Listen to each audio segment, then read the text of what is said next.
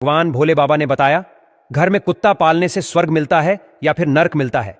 मित्रों, एक समय की बात है, भगवान भोलेनाथ और माता पार्वती कैलाश पर्वत पर एक साथ बैठे हुए विश्राम कर रहे थे। उस शांत वातावरण में माता पार्वती ने भोलेनाथ से कहा, हे स्वामी, मेरे मन में एक ऐसा प्रश्न है जो मुझे भीतर से बहुत विचलित कर रहा है। कृपया आप मेरे इस प्रश्न का उत्तर दें ताकि मेरा मन शांत हो सके। भगवान शिव ने बड़े ही स्नेहपूर्वक माता से कहा, हे देवी, जो भी प्रश्न तुम्हारे मन में है तुम निसंकोच मुझसे पूछो, मैं तुम्हारे हर प्रश्न का उत्तर अवश्य दूंगा। यह सुनकर माता पार्वती ने कहा, हे स्वामी, मेरे मन में यह जिज्ञासा है कि जो लोग अपने घर में कुत्ता पालते हैं उनके जीवन पर इसका क्या प्रभाव पड़ता है। क्या उन्हें स्वर्ग मिलता है या नरक? क्या वे सुखी रहते हैं या दुख भोगते हैं? क्या इससे उनकी गरीबी बढ़ती है या अमीरी आती है? उनके घर में पवित्रता आती है या पतन होता है? माता पार्वती के इस गंभीर प्रश्न को सुनकर भगवान भोलेनाथ मुस्कुराए और बोले, हे देवी, यह प्रश्न वास्तव में मनुष्यों के जीवन में बहुत महत्वपूर्ण है। मैं तुम्हारे इस प्रश्न का उत्तर एक प्राचीन कथा के माध्यम से दूंगा, लेकिन यह कथा सुनने के लिए तुम्हें पूरे मन और ध्यान से सुनना होगा। माता पार्वती ने सहर्ष सहमति दी और कहा, हे स्वामी, मैं आपकी कथा को पूरे ध्यान से सुनूंगी, कृपया इसे सुनाइए। फिर भगवान शिव ने कथा प्रारंभ की और कहा, हे देवी, यह बहुत प्राचीन समय की बात है। एक गांव में एक वृद्ध महिला रहती थी। वह महिला बहुत ही धर्मपरायण थी और नियमित रूप से दान पुण्य और पूजा पाठ किया करती थी। उसे कुत्तों से बहुत प्रेम था और इस कारण उसने अपने घर में एक लाल रंग का कुत्ता पाल रखा था। वह कुत्ता उसके लिए बहुत प्रिय था। वृद्धा हर दिन उस कुत्ते को स्नान कराती, उसे स्वादिष्ट भोजन खिलाती और रात में अपने पास बिस्तर पर सुलाती। कुत्ता भी पूरे घर में स्वतंत्र रूप से घूमता और उस वृद्धा की सेवा में लगा रहता था। भगवान शिव ने कथा को आगे बढ़ाते हुए कहा, एक दिन उस वृद्धा की तबीयत अचानक खराब हो गई और कुछ ही समय बाद उसकी मृत्यु हो गई। जैसे ही उसकी आत्मा ने शरीर त्यागा, यमराज ने अपने 2 यमदूतों को आदेश दिया कि वे जाकर उस वृद्धा की आत्मा को मृत्यु लोक से ले आएं। यमदूत तुरंत यमराज के आदेश का पालन करने पृथ्वी पर पहुंचे। जब वे उस वृद्धा के घर में पहुंचे तो उन्होंने देखा कि उसकी आत्मा पहले ही शरीर से बाहर आ चुकी थी और वहीं खड़ी थी। लेकिन जैसे ही यमदूत उस आत्मा को लेने के लिए आगे बढ़े, उस वृद्धा का कुत्ता जो उसके पास खड़ा था गुर्राने लगा और यमदूतों को अंदर जाने से रोक दिया। यह सुनकर माता पार्वती ने उत्सुकता से पूछा, हे प्रभु, फिर क्या हुआ? उस कुत्ते ने यमदूतों को कैसे रोका और उस वृद्धा की आत्मा का क्या हुआ? भगवान शिव ने मुस्कुराते हुए कहा, हे देवी, इस कथा का शेष भाग सुनने के लिए ध्यानपूर्वक सुनो। यह कथा केवल उस वृद्धा और उसके कुत्ते की नहीं है, बल्कि यह दर्शाती है कि कुत्ता पालने का प्रभाव मनुष्य के जीवन और मृत्यु दोनों पर कैसे पड़ता है।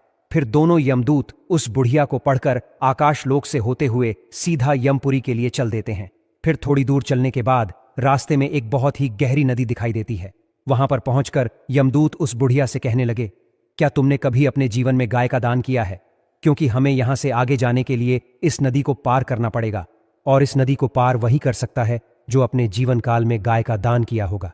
मित्रों, फिर आगे भगवान भोले बाबा माता पार्वती से कहते हैं, हे देवी, यमदूतों की बातों को सुनकर कि वह बुढ़िया सच्चे मन से गाय का ध्यान करने लगी, क्योंकि उसने गाय का दान किया था।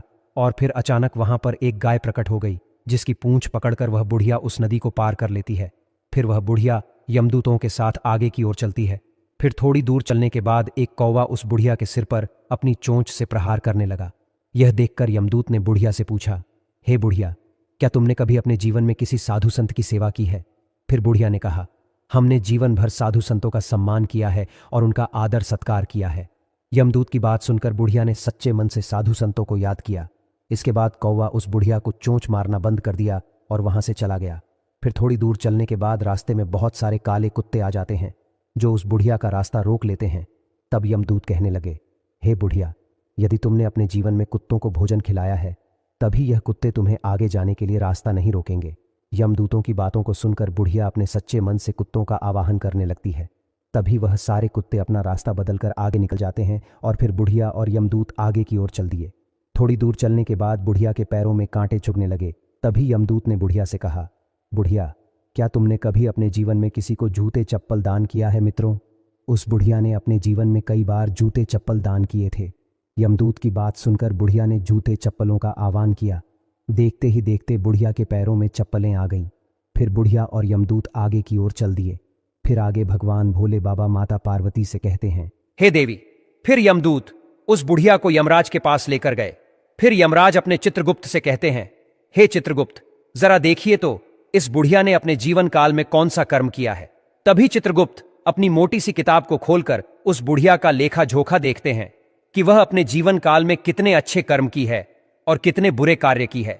देखने के बाद चित्रगुप्त कहते हैं, हे धर्मराज, इस बुढ़िया ने अपने पूरे जीवन में बहुत ही दान पुण्य किया है, भगवान का भजन भी किया है, मगर इसने एक सबसे बड़ी गलती की है जिसकी वजह से इसे इसके पुण्य का फल नहीं मिल सका है और यह स्वर्ग में नहीं जा सकती। तब वह बुढ़िया बोलती है कि हे धर्मराज, मैंने ऐसा कौन सा काम किया है, मेरी पूजा पाठ और दान पुण्य में ऐसी क्या कमी रह गई है जिसकी वजह से मुझे स्वर्ग में स्थान नहीं मिलेगा। फिर यमराज कहने लगे, बुढ़िया देखो, तुम्हारी एक गलती की वजह से तुम्हारे सारे पूर्वजों की आत्मा आज भी भटक रही है और तुम्हें भी भटकना होगा, क्योंकि तुमने अपने घर के अंदर कुत्ते को पाला था और वह तुम्हारे सारे घर के अंदर घूमा करता था। इसके प्रभाव की वजह से तुम्हारे सारे दान पुण्य का फल नष्ट हो गया है, क्योंकि जिस घर में कुत्ता पाला जाता है उसके यहां पर देवता भोजन ग्रहण नहीं करते हैं। यदि कुत्ता घर में हो और किसी की मृत्यु हो जाए तो देवताओं तक पहुंचने वाली वस्तुएं भी देवता स्वीकार नहीं करते। कुत्ते के छू जाने पर ब्राह्मणों के यज्ञ पवित्र भी खंडित हो जाते हैं, अर्थात धर्म अनुसार कुत्ता पालने वालों के यहां ब्राह्मण भी नहीं आते। वही कुत्ते की दृष्टि जिस भोजन पर पड़ जाती है तो वह भोजन भी खाने के योग्य नहीं रहता है। वही कुत्ता यदि किसी को सूंघ लेता है तो सूंघने मात्र से इंसान अपवित्र हो जाता है। इन्हीं कर्मों से कुत्ते को कभी भी घर के अंदर पालना नहीं चाहिए मित्रों। फिर भगवान भोले बाबा माता पार्वती से कहते हैं, हे देवी, यदि कोई मनुष्य कुत्ते को पालता है तो उसे घर के अंदर नहीं प्रवेश करने देना चाहिए, क्योंकि यदि कुत्ता घर के अंदर प्रवेश करता है तो मां लक्ष्मी रूठ जाती हैं और उसके घर में सदैव दलिता बनी रहती है। फिर आगे भगवान भोले बाबा कहते हैं, हे देवी, अब मैं तुम्हें एक छोटा सा संवाद सुनाऊंगा जिससे कुत्ते के साथ व्यवहार करने के कारण युधिष्ठिर को भी स्वर्ग के बाहर ही रोक दिया गया। जब जब युधिष्ठिर ने भगवान नारायण से पूछा कि मेरे साथ यहां तक आने वाले इस कुत्ते को मैं अपने साथ स्वर्ग क्यों नहीं ले जा सकता, तब भगवान नारायण ने कहा, धर्मराज, कुत्ता पालने वाले के लिए स्वर्ग में स्थान नहीं है। ऐसे मनुष्यों का स्वर्ग में प्रवेश वर्जित है, क्योंकि कुत्ते से पलित घर के किए गए यज्ञ और पुण्य कर्म फल में क्रोध वश नाम राक्षस का हरण कर लेता है, और तो और उस घर के सदस्य कोई दान पुण्य हवन इत्यादि जो भी पुण्य का फल इकट्ठा करते हैं वह सब घर में कुत्ते के पालने से या कुत्ते की दृष्टि मात्र पड़ने से वह सारा फल निष्फल हो जाता है। इसलिए कुत्ते को घर में पालना पूरी तरह से वर्जित है। फिर भगवान भोले बाबा कहते हैं, हे देवी, कुत्ते का संरक्षण होना चाहिए, उसे भोजन भी खिलाना चाहिए। घर की रोज एक रोटी पर कुत्ते का अधिकार होता है। वही कुत्ते को कभी भी प्रताड़ित नहीं करना चाहिए और द्वार से ही इनकी सेवा करनी चाहिए। घर के अंदर नहीं बल्कि घर के बाहर कुत्ते की सेवा करनी चाहिए। घर के अंदर केवल अतिथि और गाय को रखना चाहिए और उनकी सेवा करनी चाहिए। घर के बाहर हमेशा कुत्ता, कौवा आदि जीव जंतु को भोजन कराना चाहिए, जो अत्यंत ही फलदायी होता है मित्रों। फिर आगे भगवान भोले बाबा माता पार्वती से कहते हैं, हे देवी, मृत्युलोक पर अक्सर देखने को मिलता है। इस कलयुग में मनुष्य इतना मूर्ख हो गया है कि गाय और बूढ़े माता पिता को लोग घर से बाहर निकाल देते हैं और कुत्ते को घर के अंदर पालते हैं और उसे थाली में भोजन देते हैं और घर के अंदर बिस्तर पर भी सुला लेते हैं तथा पूरे घर के अंदर उसे आज़ादी दे देती हूं और वह पूरे घर में घूम घूम कर नकारात्मक ऊर्जा फैला देती है, जिसे घर में दरिद्रता आ जाती है। और ऐसे घर के अंदर जो सद रहते हैं वह सभी बीमारियों के चपेट में आ जाते हैं तथा जिस घर में ऐसा होता है उस घर का एक दिन निश्चित ही पतन हो जाता है। इसलिए यदि स्वर्ग में जाना है, सुख को भोगना है, घर में सुख समृद्धि लानी है और जीवन का पतन होने से बचना है तो गाय और बूढ़े माता पिता को घर के अंदर रखिए, कुत्ते को बाहर रखिए, क्योंकि कुत्ते को घर के बिस्तर या गलीचा आदि पर सुलाने से घर का पतन हो जाता है। कुत्ते को पालना गलत बात नहीं है, लेकिन घर के अंदर पालना गलत बात है। कुत्ते को उनके स्थान पर ही रखना चाहिए और खाना खिलाना चाहिए, क्योंकि कुत्ते को खाना खिलाने से घर में सकारात्मक ऊर्जा का वास होता है और नकारात्मक शक्तियां आसपास नहीं भटकती। कुत्ता भूत प्रेत और आत्मा को रोक सकता है, उन्हें देख सकता है। जिस घर में लोग कुत्ते को भोजन कराते हैं वहां नकारात्मक शक्तियां प्रवेश नहीं करती। ऐसा माना जाता है कि कुत्ते को रोटी खिलाने से न केवल शनिदेव का आशीर्वाद प्राप्त होता है, बल्कि कुंडली में मौजूद राहु केतु के दोष भी समाप्त हो जाते हैं।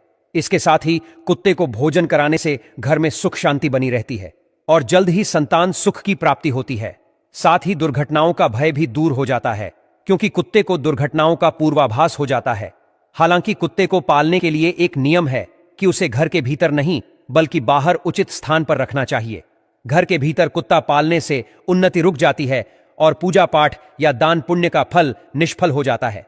यह बात एक वृद्धा को तब समझ में आई जब उसे यमराज ने